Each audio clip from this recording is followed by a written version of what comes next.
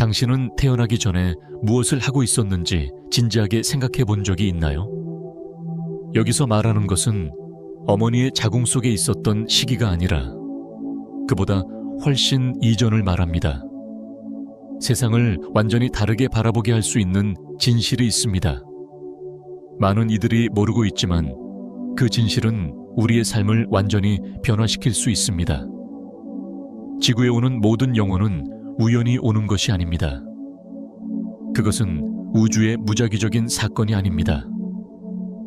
당신은 태어나기 전에 의식적인 선택을 했습니다. 구체적이고 세밀하며 목적이 있는 선택이었습니다. 한순간 상상해보세요.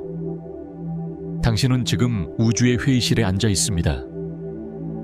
주변에는 빛의 존재들이 있고 그들은 당신의 영적 안내자들임을 직감적으로 알고 있습니다. 당신 앞에는 황금빛으로 빛나는 에너지 계약서가 놓여 있습니다.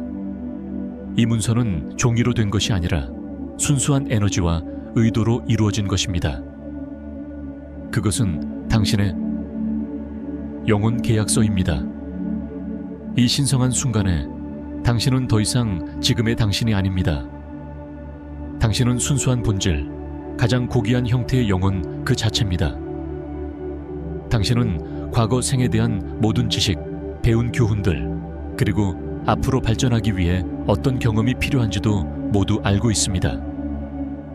이 회의는 많은 사람들이 3과 3 사이 또는 중간계라고 부르는 차원에서 이루어집니다. 이곳은 시간과 공간의 법칙이 다르게 작용하는 곳입니다. 한 챕터가 아닌 전체 여정을 영화처럼 볼 수 있는 공간입니다. 이 영적 회의에서 당신은 다음 환생을 위한 다양한 선택지를 신중히 분석합니다. 다양한 가족, 국가, 시대를 관찰합니다. 각 선택지는 독특한 성장과 배움의 기회를 제공합니다. 당신의 영적 안내자들은 결정을 대신 내려주는 것이 아니라 방향을 제시해 줍니다. 각 선택이 당신의 영적 진화에 어떤 영향을 미치는지를 보여줍니다. 그들은 당신이 겪게 될 도전들과 그것들을 극복하기 위해 갖게 될 도구들을 설명해 줍니다. 많은 사람들이 이해하지 못하는 것은 현재의 삶에서 일어나는 어떤 일도 처벌이나 보복이 아니라는 점입니다. 모든 어려운 상황, 복잡한 인간관계, 마주하는 장애물들 모두는 당신이 직접 신중하게 선택한 것들입니다. 고통을 원하는 마조히즘 때문이 아니라 오히려 사랑 때문입니다. 당신 자신의 성장과 진화를 위한 사랑입니다. 당신 인생에서 가장 변화가 컸던 그 순간을 떠올려 보세요. 당시에는 견딜 수 없어 보였지만 지금은 당신이 된 이유라고 말할 수 있는 그 경험 말입니다. 그것은 계약서에 명시된 내용이었습니다. 당신은 그것을 겪기로 동의했습니다.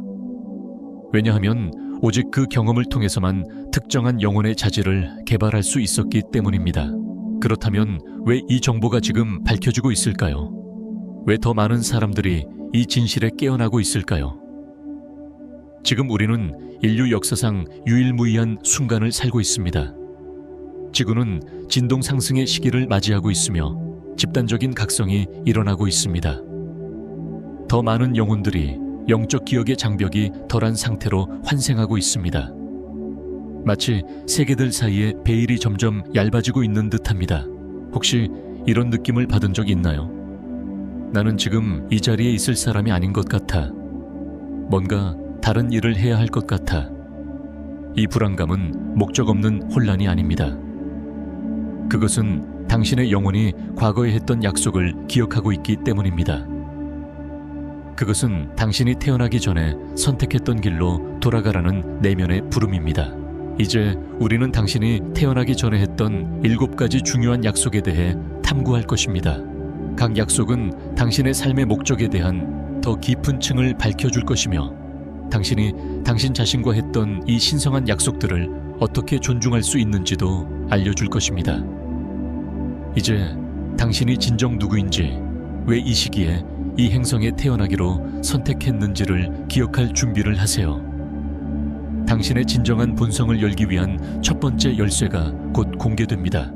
첫 번째 약속, 그것은 가족과 혈통에 대한 선택입니다. 당신의 가족은 우주의 실수가 아닙니다.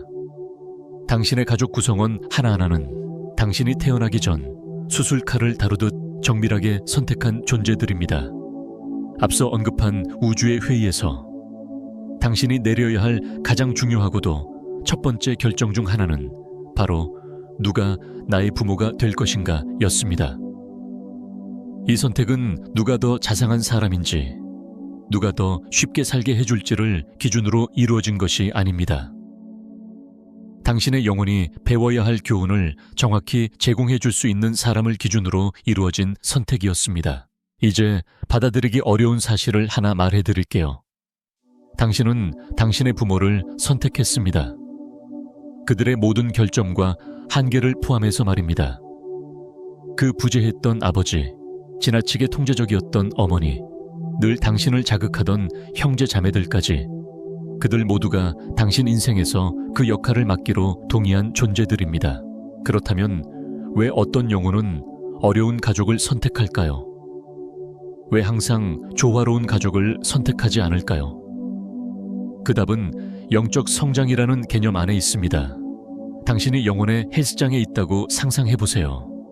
더 강해지고 싶다면 가장 가벼운 무게만을 선택하지는 않을 것입니다. 당신은 자신을 단련하기 위해 꼭 필요한 저항을 선택합니다. 예를 들어, 당신의 어머니는 당신이 독립심을 배우도록 과잉보호적인 역할을 맡았을 수 있습니다. 당신의 아버지는 진정한 자존감을 기르도록 비판적인 태도를 선택했을 수 있습니다. 당신을 자주 도전하게 만들었던 형제자매는 당신이 스스로를 지킬 수 있는 힘을 기르도록 도운 존재일 수 있습니다. 카르마적 혈통이라는 개념이 있습니다. 이는 가족들이 여러 생에 걸쳐 연결되어 있다는 뜻입니다. 우연히 만난 타인이 아니라 이미 다른 환생에서 함께했던 영혼들이 다시 모여 해결하지 못한 문제를 정리하거나 특별한 연결을 더 깊게 하기 위해 만나는 것입니다. 항상 당신을 괴롭혔던 가족 내 역학관계를 떠올려 보세요. 가족 모임에서 반복되는 똑같은 상황, 언제나 바뀌지 않는 듯한 그 패턴, 그 반복은 우연이 아닙니다. 그것은 반드시 극복되어야 할 카르마적 주제입니다. 각 가족은 또한 세대에서 세대로 이어지는 선물과 재능을 가지고 있습니다. 이는 단순한 외모나 기술적 능력을 말하는 것이 아닙니다. 정신적 능력, 에너지적 민감성, 집단적인 사명을 말합니다. 당신은 치유자의 전통을 이어가기 위해 그런 가족에 태어났을 수도 있고, 영적 창의성을 표현하기 위해 예술가의 가문을 선택했을 수도 있습니다. 겉으로는 드러나지 않더라도 이런 재능은 가족 에너지 속에 암호화되어 있습니다. 가장 흥미로운 점은 당신이 가족에게서 받기 위해서만 태어난 것이 아니라는 점입니다. 당신은 또한 주기 위해 태어났습니다. 당신은 부모님과 형제자매, 더 나아가 전체 혈통에게 무언가를 가르치기 위해 왔습니다. 당신의 존재는 가족 안에서 변화의 목적을 지닙니다. 어떤 영혼은 대대로 이어진 부정적 패턴을 끊기 위해 그 가족을 선택합니다. 분노, 중독, 빈곤, 그 어떤 제한적인 순환이라도 말입니다.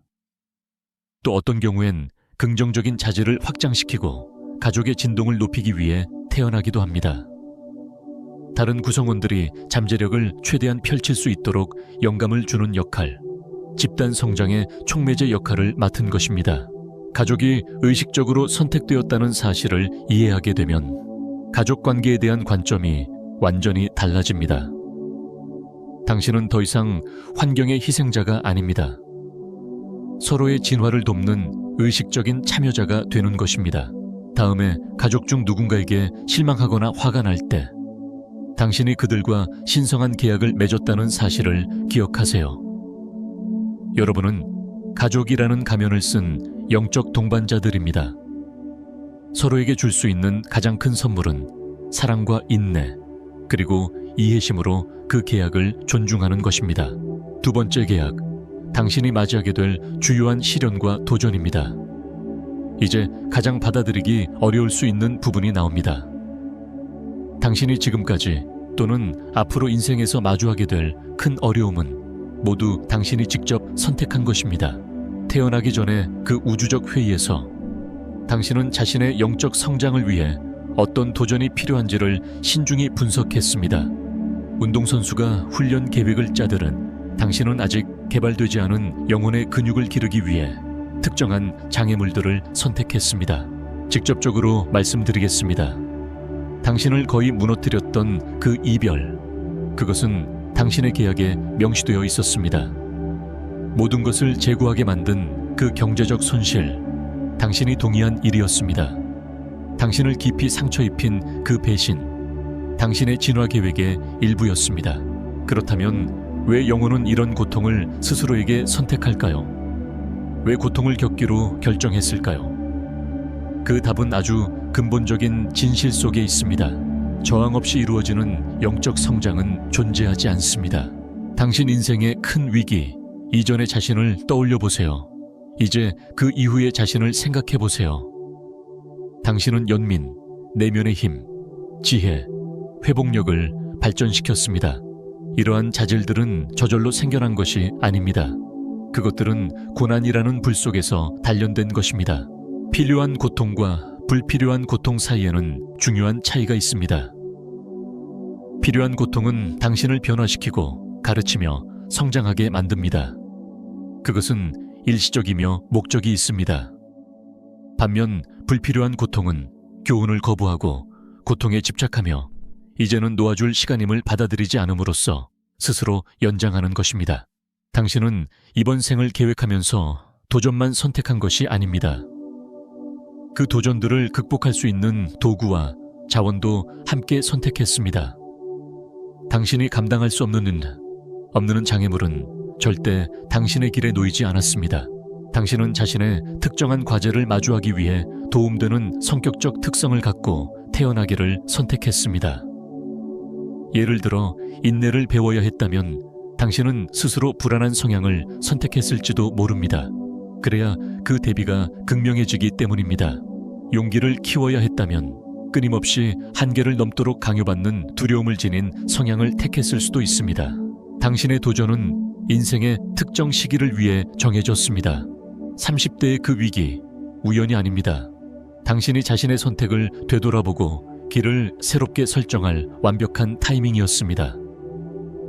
중년의 그 상실, 그것은 당신이 집착 내려놓기와 재탄생을 배울 준비가 되었을 때 찾아왔습니다. 가장 놀라운 점은 당신이 이 도전들을 혼자서 마주하도록 선택하지 않았다는 것입니다. 당신의 삶 속 모든 주요한 어려움은 그 시련을 함께 이겨내도록 약속한 사람들과 함께 나타납니다. 적절한 순간에 나타난 친구, 당신을 인도해준 멘토, 어느 날 갑자기 찾아온 기회, 이 모든 것이 당신의 계획에 포함되어 있었습니다. 심지어 당신을 상처 입힌 사람들조차 그 역할을 맡기로 동의한 존재들입니다. 그들은 당신의 인생 이야기 속 악당이 아닙니다. 그들은 더 큰 영적 드라마 속 공동 배우들입니다. 그들은 용서, 경계 설정, 자기 사랑에 대해 당신에게 가르쳐주기 위해 자신의 이미지를 희생한 것입니다. 당신의 도전들이 당신 자신이 선택한 것이었다는 사실을 이해하게 되면 당신은 더 이상 왜 이런 일이 내게 일어나는가? 라고 묻지 않게 됩니다. 대신 이 일이 내게 무엇을 가르치려 하는가? 라고 묻게 됩니다. 세 번째 계약, 당신만의 고유한 선물과 재능입니다. 당신은 이 세상에 선물을 가지고 왔습니다. 여기서 말하는 것은 어린 시절에 익힌 기술이나 학교에서 발견한 재능이 아닙니다. 당신의 영혼이 여러 생을 거치며 지닌 조상적인 능력입니다. 당신은 태어나기 전부터 이미 고유한 영적 재능을 지니고 있었습니다. 이 재능들은 수백 번, 어쩌면 수천 번의 환생을 거치며 개발되고 정련된 것입니다. 그것은 당신의 영적 유산이며 우주 속에서 당신의 에너지 서명과도 같습니다. 항상 자연스럽게 느껴졌던 그 능력을 떠올려 보세요. 당신은 아무런 노력 없이 해내지만 다른 사람들에게는 인상적인 그것, 당신에게는 너무나 당연하게 느껴지는 그 일, 그 자연스러움은 우연이 아닙니다. 그것은 이미 그 예술을 마스터했던 전생의 세포 기억입니다. 당신은 고대 이집트에서 치유자였을 수도 있고 지금은 대체의학에 설명할 수 없는 끌림을 느끼는지도 모릅니다. 당신은 르네상스 시대의 음악가였을 수도 있고 지금은 악기를 직관적으로 연주할 수 있을지도 모릅니다. 당신은 잊혀진 문명에서 영적 지도자였을 수도 있고 지금은 사람들을 자연스럽게 고무시키고 이끄는 능력을 지니고 있을 수 있습니다. 모든 재능이 태어날 때부터 활성화되는 것은 아닙니다. 어떤 재능은 당신이 그것을 사용할 준비가 될 때까지 잠들어 있습니다. 마치 휴대폰에 앱이 설치되어 있지만 당신이 영적으로 충분히 성숙했을 때만 작동하는 것과 같습니다. 그렇게 설계된 데는 이유가 있습니다. 일부 재능은 너무 강력해서 만약 너무 이르게 활성화되면 책임감 없이 사용될 수 있습니다. 당신의 영혼은 그러한 능력을 사랑과 분별력으로 다룰 수 있을 만큼 충분한 지혜를 갖출 때까지 기다립니다. 당신이 현재 삶을 계획할 때 인생 여정의 각 단계마다 어떤 재능이 드러날지를 선택했습니다. 어떤 능력은 당신이 특정한 변화를 겪은 후, 예를 들어 40세가 되어야만 열리도록 설정했을 수 있습니다. 당신의 고유한 재능은 단지 당신만을 위한 것이 아닙니다. 그것은 세상에 대한 당신의 기여입니다. 당신이 가진 모든 선물은 인류가 필요로 하는 오직 당신만이 줄 수 있는 특정한 에너지 때문입니다. 왜 어떤 사람들은 태어날 때부터 특정한 일을 하기 위해 태어난 것처럼 보일까요? 왜 어떤 이들은 너무나 뚜렷한 소명을 가지고 있을까요? 그 이유는 그들이 여러 생에 걸쳐 길러온 재능을 표현하고 있으며 마침내 그 재능이 꽃피울 완벽한 맥락을 찾았기 때문입니다. 당신의 재능도 당신의 삶의 사명과 직접 연결되어 있습니다. 당신이 지금 갖고 있는 기술이 바로 당신의 더 큰 목적을 이루는 데 필요한 것이라는 건 결코 우연이 아닙니다. 당신은 이 세상에서 수행할 일을 위해 전략적으로 알맞은 도구들을 갖추고 태어났습니다. 때로는 당신의 재능이 전통적인 직업을 통해 드러나기도 하고 어떤 경우에는 더 비전통적인 방식으로 표현되기도 합니다. 당신은 당신의 존재만으로 치유를 주는 재능을 가졌을 수도 있고 당신의 말로 사람들을 고무하거나 당신의 에너지로 환경을 변화시키는 능력을 가졌을 수도 있습니다. 이 생에서만을 위해 특별히 개발된 재능도 있습니다. 이전 생에는 없었던 능력이지만 지금 이 시대에 특별한 도전을 헤쳐나가기 위해 필요했던 것들입니다. 당신은 디지털 시대에 환생하기로 선택했기 때문에 기술을 다루는 특별한 능력을 개발했을 수도 있습니다. 많은 사람들은 평생 자신의 진정한 재능을 발견하지 못한 채 살아갑니다. 왜냐하면 그들은 잘못된 방향에서 그것을 찾기 때문입니다. 그들은 사회가 기대하는 방식으로 재능이 드러나길 바라지만 영적인 재능은 종종 예상치 못한 방식으로 표현됩니다. 당신의 재능은 사람들에게 편안함을 주는 능력일 수 있습니다. 복잡한 문제에 대해 창의적인 해법을 찾는 능력일 수도 있습니다. 다른 사람들이 보지 못하는 것을 감지하는 민감성일 수도 있습니다. 당신의 재능을 발견하고 활성화하려면 징후에 주의를 기울여야 합니다. 당신을 지치게 하는 것이 아닌 활력을 주는 것이 무엇인지 관찰해 보세요. 당신이 목적과 일치할 때 나타나는 우연의 일치를 주의 깊게 보세요. 사람들이 당신에게 해주는 칭찬에 귀를 기울이세요. 그들은 종종 당신보다 당신의 재능을 더 명확히 봅니다. 기억하세요. 당신의 재능은 단순한 능력이 아닙니다. 그것은 신성한 책임입니다. 당신이 그것을 사용하지 않는다면 세상은 오직 당신만이 줄 수 있는 것을 잃는 것입니다. 네 번째 계약, 당신의 소울메이트 연결입니다. 이제 우리는 당신이 태어나기 전 맺은 가장 깊고도 변화적인 약속 중 하나에 도달했습니다. 바로 소울메이트와의 연결입니다. 하지만 계속하기 전에 당신이 잠시 해볼 일이 있습니다. 당신의 삶에 들어와 모든 것을 바꿔놓은 그 사람을 떠올려 보세요. 그 연결이 너무나 강렬해서 처음부터 이것이 다르다는 걸 직감했던 그 경험. 지금 댓글을 남겨보세요. 당신은 인생에서 소울메이트를 만났다고 믿나요? 한 단어로 대답하세요. 예 또는 아니요. 당신들 중 얼마나 많은 분들이 이 경험을 했는지 궁금합니다. 이제 다시 본론으로 돌아갑니다. 소울메이트에 대해 많은 오해가 있습니다. 대부분의 사람들은 소울메이트를 단지 낭만적 개념, 즉 완벽한 짝을 만나 영원히 행복하게 사는 이야기라고 생각합니다. 하지만 진실은 훨씬 더 복잡하고도 매혹적입니다. 소울메이트는 동일한 영적 기원을 공유하는 존재들의 집단입니다. 당신과 그들은 같은 우주적 가족 안에서 창조되었고 여러 생을 초월하는 연결을 가지고 있습니다. 이러한 연결에는 다양한 유형이 있으며 각각은 당신의 진화 여정에서 특정한 목적을 가지고 있습니다. 첫 번째 유형은 동반자 영혼입니다. 이들은 당신과 즉각적이고 자연스러운 친밀감을 느끼게 하는 사람들입니다. 당신은 말 없이도 서로를 이해하고 비슷한 가치관을 공유하며 관계가 자연스럽게 흘러갑니다. 그들은 친구일 수도 있고 연인, 동료, 심지어 가족 구성원일 수도 있습니다. 그들의 역할은 당신을 지지하고 이해하며 함께 걷는 것입니다. 그 다음은 교사 영혼입니다. 이러한 연결은 좀 더 도전적입니다. 이들은 당신의 삶의 특정한 교훈을 가르치기 위해 들어온 사람들로 대개 강렬하고 변화를 불러오는 관계를 통해 나타납니다. 그들은 당신을 상처 입히거나 좌절하게 하거나 모든 것을 다시 생각하게 만들 수도 있습니다. 그러나 바로 이 갈등을 통해서 당신은 성장하고 진화합니다. 또한 거울 소울메이트도 있습니다. 이 사람은 당신의 긍정적, 부정적 특성을 모두 반영하는 존재입니다. 그들과 함께 있는 것은 영혼의 거울을 보는 것과 같습니다. 서로가 서로를 자극하여 더 나은 자신으로 성장하게 만듭니다. 그리고 물론 로맨틱 소울메이트도 있습니다. 이것은 가장 희귀하고 강렬한 연결입니다. 이들은 창조의 순간에 나뉘어져 각각의 개별성을 경험하고 다시 재회하도록 설계된 당신 영혼의 또 다른 반쪽입니다. 이런 만남이 일어나면 부정할 수 없습니다. 논리를 초월한 수준에서 서로를 알아보게 됩니다.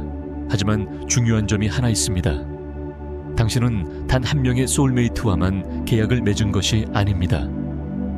당신은 당신의 영혼 그룹에 속한 여러 존재들과 계약을 맺었습니다. 그들 중 어떤 이들은 매번 환생할 때마다 다시 만나며 어떤 이들은 특정한 교훈을 함께 배워야 할 때만 등장합니다. 당신은 태어나기 전 이들과 언제, 어떻게 만날지를 신중히 계획했습니다. 어떤 상황에서 몇 살에 어떤 맥락 속에서 만날지를 선택했습니다. 그저 우연은 없었습니다. 엘리베이터 안에서의 우연한 만남, 당신들을 연결시킨 그 우연한 사건들, 당신들을 가까이 이끌었던 일련의 사건들, 이 모든 것은 영적인 차원에서 정교하게 조율된 것입니다. 가장 흥미로운 점은 당신들이 서로를 위해 어떤 역할을 할지도 미리 정했다는 것입니다. 한 소울메이트는 이번 생에서는 당신 인생의 가장 큰 사랑이 되기로 했고 다음 생에서는 가장 큰 도전이 되기로 했을 수도 있습니다. 또 다른 이들은 한 생에서는 당신의 자녀였고 다른 생에서는 당신의 멘토였을 수도 있습니다. 이러한 연결은 관련된 모든 영혼의 영적 성장을 가속화하는 역할을 합니다. 소울메이트가 만나면 서로를 활성화시킵니다. 잠재된 능력이 깨어나고 삶의 목적이 명확해지며 깊은 변화가 일어납니다. 마치 서로가 서로의 잠재력을 열어주는 열쇠와도 같습니다. 소울메이트는 여러 특징으로 알아볼 수 있습니다. 오랜 시간 알고 지낸 것 같은 즉각적인 친숙함, 말을 넘어서 이루어지는 소통, 눈빛만으로 이해하거나 감정을 함께 느끼고 같은 생각을 동시에 떠올릴 수도 있습니다. 감정적으로도 매우 강렬한 경험이며 그 감정은 아름답기도 하고 때로는 도전적일 수도 있습니다. 소울메이트와의 관계는 대체로 변화를 일으킵니다. 당신이 성장하고 두려움과 마주하며 한계적인 패턴을 내려놓게 만들죠. 이 관계들은 언제나 쉽지만은 않지만 언제나 깊은 의미를 지닙니다. 어떤 소울메이트는 일시적으로 당신의 삶에 들어옵니다. 그들은 자신의 특정한 목적을 다한 뒤 각자의 길을 가게 됩니다. 그렇다고 해서 그 연결이 덜 진실하거나 덜 중요했던 것은 아닙니다. 당신이 맺은 약속을 이행했고 이제는 각자의 여정을 계속할 시간이라는 뜻입니다. 반면 평생 동안 함께하는 소울메이트도 있습니다. 이들은 당신과 함께 수십 년간 성장하며 진화해 나가는 동반자가 됩니다. 이러한 관계는 특히 소중합니다. 장기적인 공동의 영적 발전을 가능하게 해주기 때문입니다. 가장 중요한 것은 당신이 만나는 모든 소울메이트는 신성한 선물이라는 점입니다. 그 관계가 조화롭든 도전적이든 일시적이든 영구적이든 상관없습니다. 중요한 것은 당신들이 서로를 도우며 본래 하나였던 신성한 통합의 원천으로 돌아가는 여정에 함께하겠다고 약속했다는 것입니다. 5번째 계약, 당신의 삶의 목적과 영적 사명입니다. 직업을 갖는 것과 목적을 갖는 것은 깊은 차이가 있습니다. 직업은 당신이 돈을 벌기 위해 하는 일입니다. 목적은 당신이 이 세상에 온 진짜 이유, 인류의 진화를 위해 기여하려는 당신만의 소명입니다. 당신은 태어나기 전에 특정한 영적 사명을 선택했습니다. 여기서 말하는 것은 세계를 구하거나 유명해지는 거창한 일이 아닙니다. 오직 당신만이 할 수 있는 고유한 기여, 당신의 재능, 경험, 그리고 관점을 통해 만들어진 독특한 조합에서 비롯된 것입니다. 당신의 목적은 주변 사람들의 삶에 사랑의 존재로 머무는 것처럼 단순할 수도 있습니다. 당신의 삶으로 가르침을 주고 예술을 통해 영감을 주고 전문적인 기술로 치유를 주거나 비전을 통해 이끌 수도 있습니다. 그 영향력의 크기는 중요하지 않습니다. 중요한 것은 그것이 진실되고 당신의 마음에서 비롯되었다는 사실입니다. 당신은 이번 생을 계획할 때 이 환생에서 어떻게 봉사하는 것이 가장 좋을지를 신중히 분석했습니다. 당신의 타고난 재능, 과거 생의 경험, 현재의 역사적 맥락, 그리고 지금 인류가 필요로 하는 것을 모두 고려했습니다. 당신은 다음 세대를 이끌기 위해 교사가 되기를 선택했을 수 있습니다. 아름다움을 통해 의식을 높이기 위해 예술가가 되기를 선택했을 수도 있고, 혁신적인 해결책을 만들기 위해 기업가가 되기를 선택했을 수도 있습니다.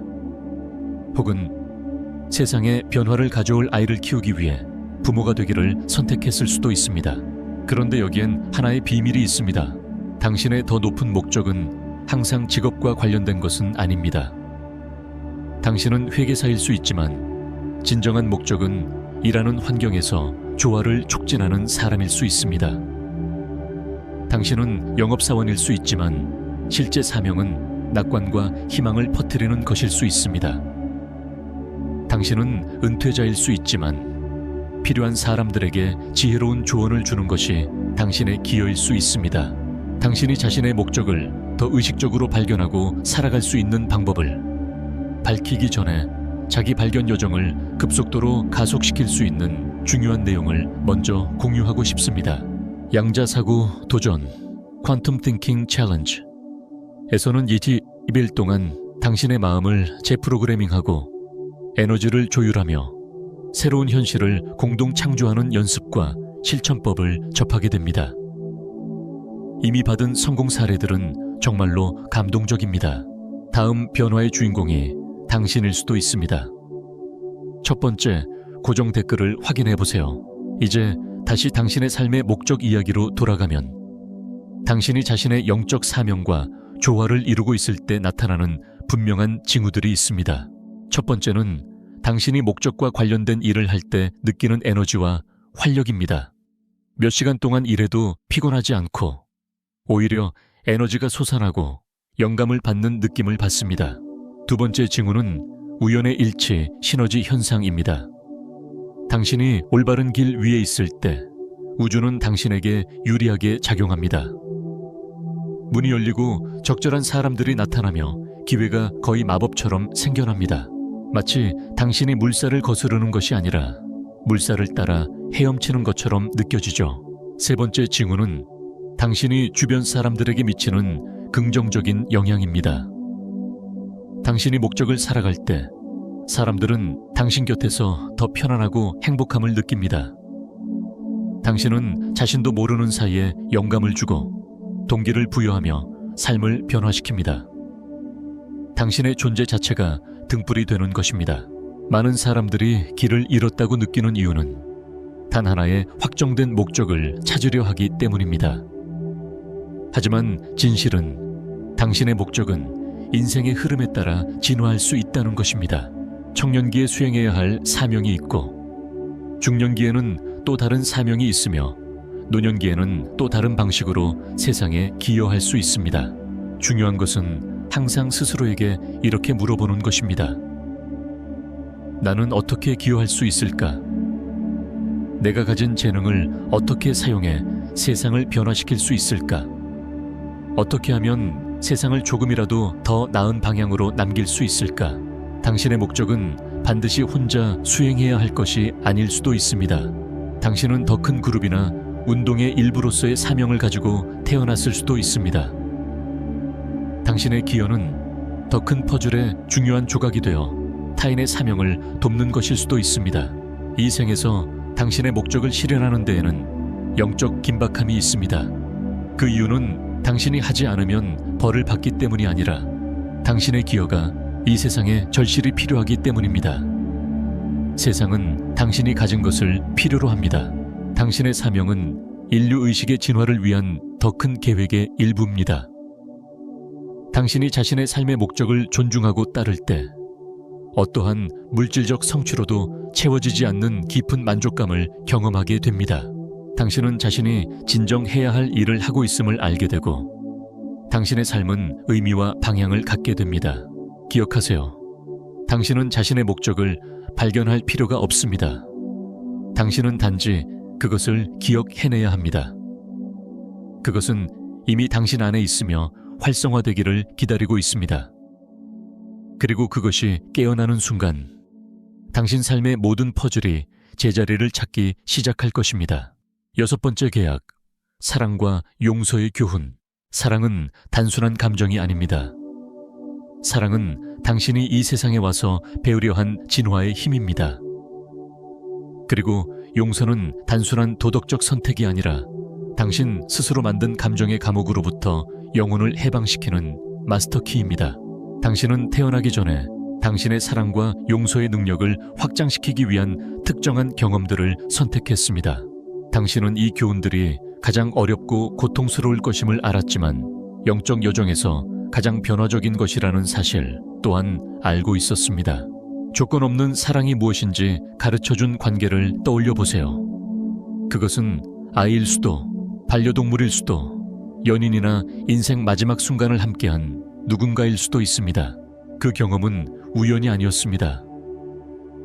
당신은 그 경험을 통해 한때 한계라고 여겼던 당신의 마음을 확장시키기 위해 살기로 동의한 것입니다. 당신은 또한 당신에게 어려운 교훈을 주기로 동의한 사람들을 선택했습니다. 당신에게 깊은 상처를 준 이들, 그들은 당신이 용서를 배우기 위해 선택한 영적 교사들입니다. 맞습니다. 제대로 읽으셨습니다. 당신을 배신한 사람, 당신을 실망시킨 가족 구성원, 당신의 마음을 부순 전 연인, 그들 모두는 당신을 위해 엄청난 영적 희생을 감수한 존재들입니다. 이 용감한 영혼들은 당신의 이야기에서 악역을 맡음으로써 당신이 오직 용서를 통해서만 성장시킬 수 있는 영적 근육을 개발하도록 도왔습니다. 그들은 당신의 삶에서 자신의 평판을 포기하며 당신이 초월을 선택할 수 있도록 기회를 제공했습니다. 이것이 의미하는 바는 당신이 학대나 유독한 관계를 받아들이라는 것이 아닙니다. 그것은 그 경험들 속에서 필요한 교훈을 추출하고 그 이후 어떻게 관계를 맺을지를 의식적으로 선택하라는 의미입니다. 당신이 지구에서 배워야 할 사랑은 여러 층으로 되어 있습니다. 첫째는 낭만적인 사랑, 헌신, 취약성, 하나됨을 가르쳐줍니다. 그 다음은 가족 간의 사랑, 충성심, 인내, 불완전함의 수용을 배웁니다. 또 인류 전체를 향한 사랑, 모든 존재와 연결되는 보편적 연민을 배웁니다. 그러나 당신이 개발할 수 있는 가장 고차원의 사랑은 바로 자기 자신에 대한 사랑입니다. 이것이 가장 어려운 이유는 여러 생을 거치며 쌓아온 자기 판단과 죄책감 때문입니다. 당신은 이번 생에서 마침내 자신을 용서하고 자신을 온전히 수용하러 온 것입니다.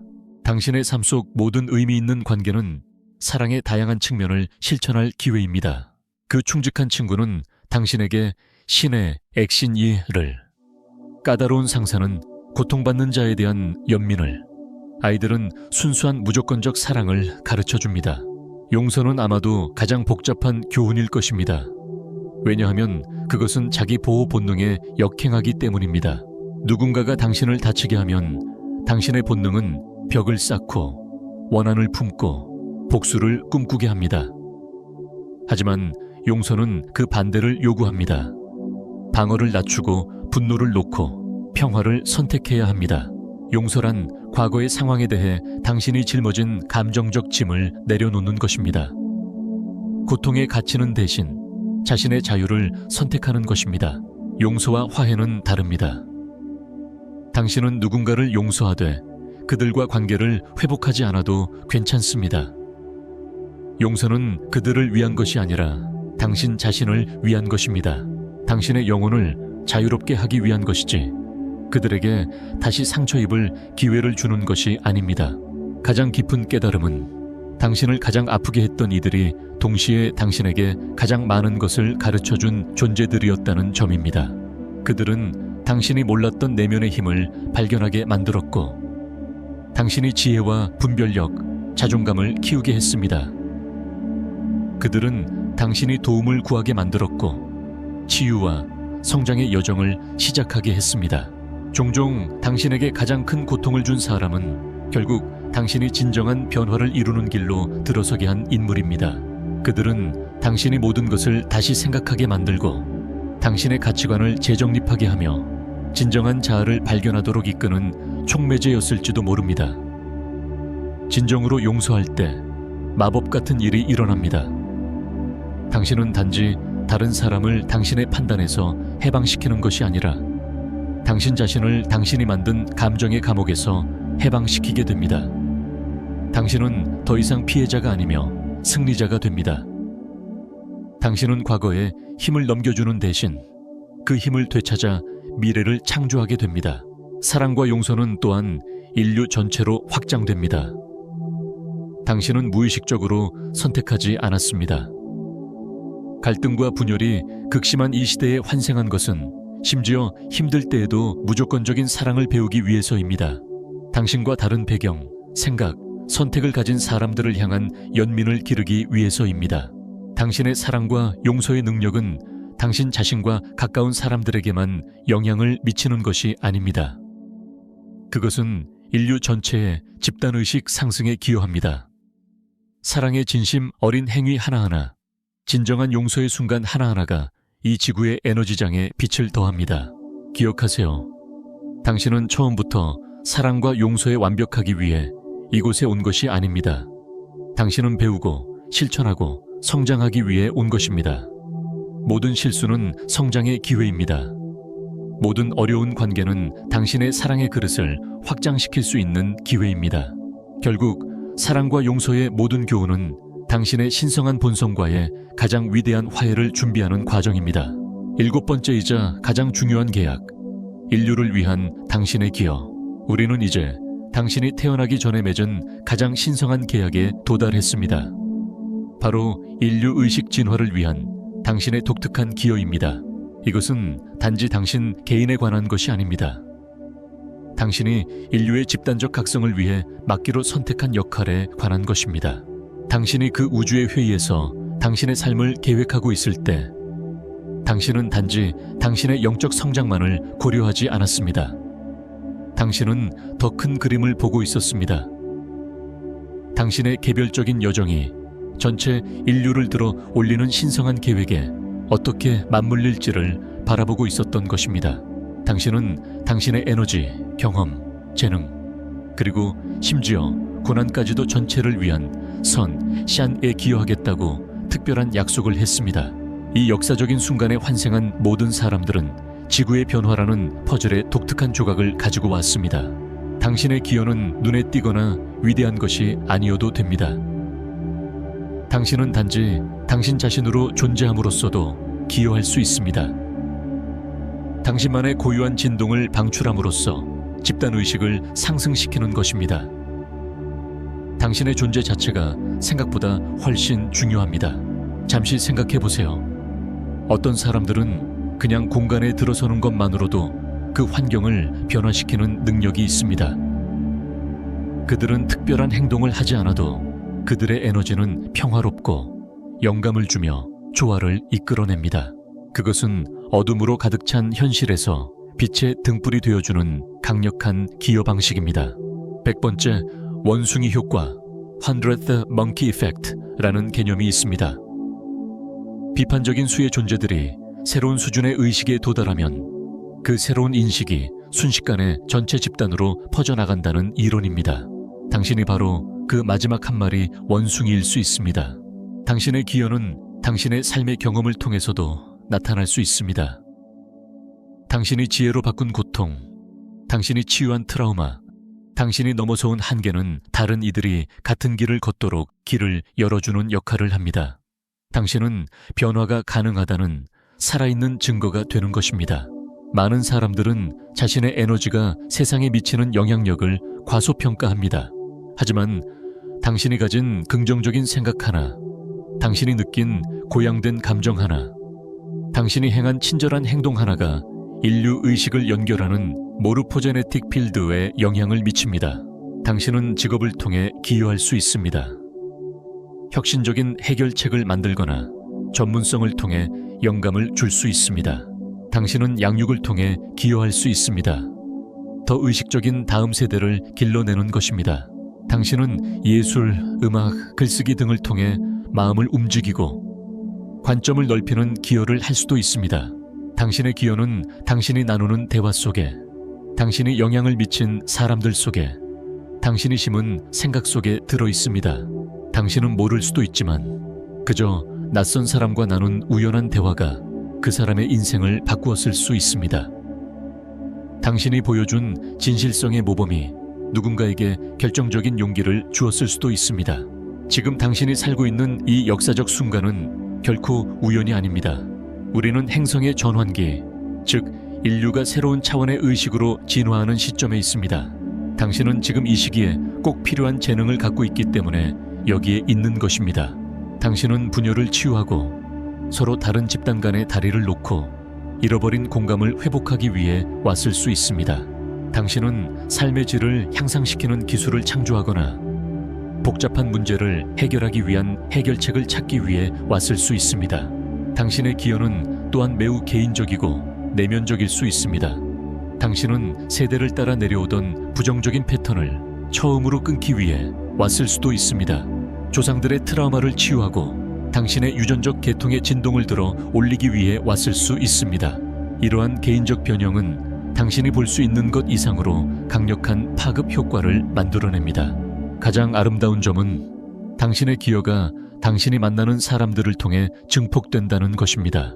당신이 영감을 준 한 사람은 또 다른 이들에게 영감을 주고 당신이 따뜻하게 한 마음은 또 다른 마음들을 따뜻하게 합니다. 당신이 열어준 한 마음은 또 다른 마음을 열게 됩니다. 그 파급력은 연못에 퍼지는 물결처럼 당신이 상상도 못한 곳까지 도달하게 됩니다. 내용이 작거나 너무 큰 기여라는 것은 없습니다. 당신에게 딱 맞는 기여만 있을 뿐입니다. 당신의 재능, 성격, 환경에서 자연스럽게 흘러나오는 것, 당신의 가슴이 살아있음을 느끼고 당신의 영혼이 유용함을 느끼는 바로 그 기여가 진짜입니다. 당신이 이 7번째 계약을 존중할 때 당신은 우주와의 깊은 조화를 경험하게 됩니다. 당신은 자신이 신성한 계획 속에서 자신의 역할을 다하고 있음을 알게 됩니다. 당신의 삶은 개인적인 문제를 넘어선 의미를 지니게 됩니다. 기억하세요. 당신은 단지 자신을 위해 진화하러 온 것이 아닙니다. 당신은 인류 전체의 진화를 돕기 위해 이곳에 왔습니다. 당신 하나의 빛은 이 행성을 변화시키는 집단적 빛에 기여하고 있습니다. 그리고 그것은 영원히 가질 수 있는 가장 높은 영광입니다.